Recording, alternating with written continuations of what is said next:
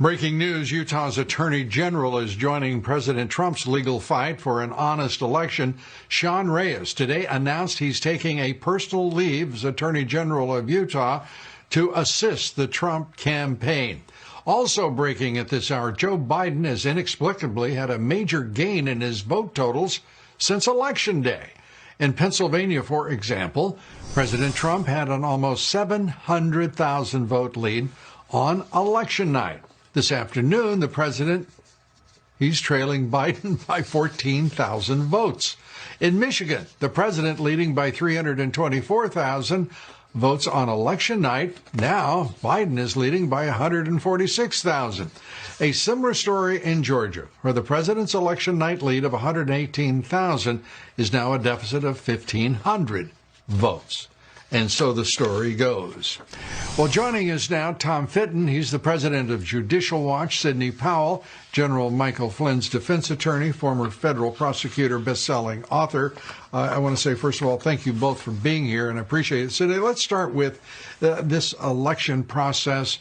We just heard from John Solomon that the FBI indeed is being diligent, is involved, and we all hope he is exactly right.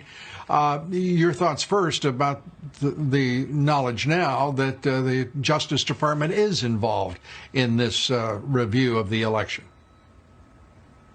Well, I'm delighted to hear that. I think there are any number of things they need to investigate, including the likelihood that 3% of the vote total was changed in the pre-election voting ballots that were collected digitally by using the Hammer program and a software program called Scorecard.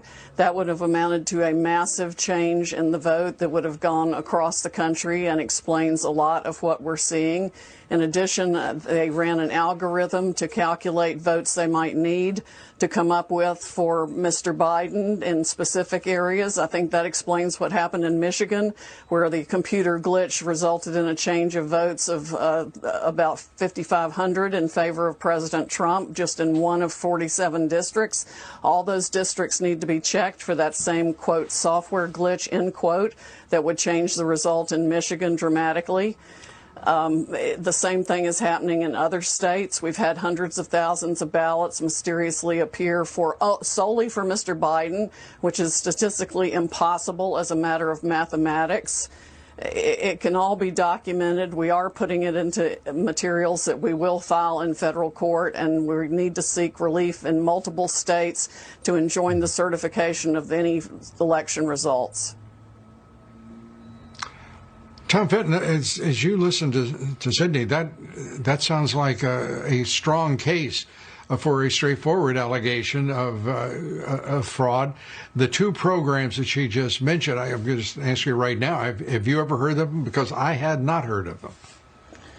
No, I mean, there have been noises about it on the internet, but I don't know anything beyond what Sidney's reporting now. I go back to the numbers you reported at the beginning of the segment. The president was winning on Tuesday, right. And he's not winning now. And he's not winning now as a result of a process that the voters can't have confidence in, the state legislatures can't have confidence in my view, the courts can't have confidence in. So the question is, are the courts going to undo what went on? I don't know. But the state legislatures in Georgia, Pennsylvania, Michigan, Wisconsin, perhaps Arizona, they now have an opportunity to make a stand on behalf of the rule of law. Are they going to endorse what went on this week, or are they going to appoint a clean slate of electors that supports President Trump?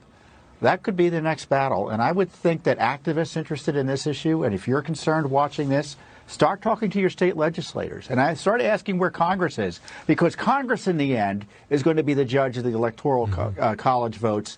And if I were in Congress, I'd be telling these states, you better keep up on, you better be honest here, because we're not going to accept your votes if your election is a sham. Well, Sidney, let's go back to Hammer and Scorecard. Are those the names that you just used for those programs? What's being done about it, and how broadly were they used by vote counters in various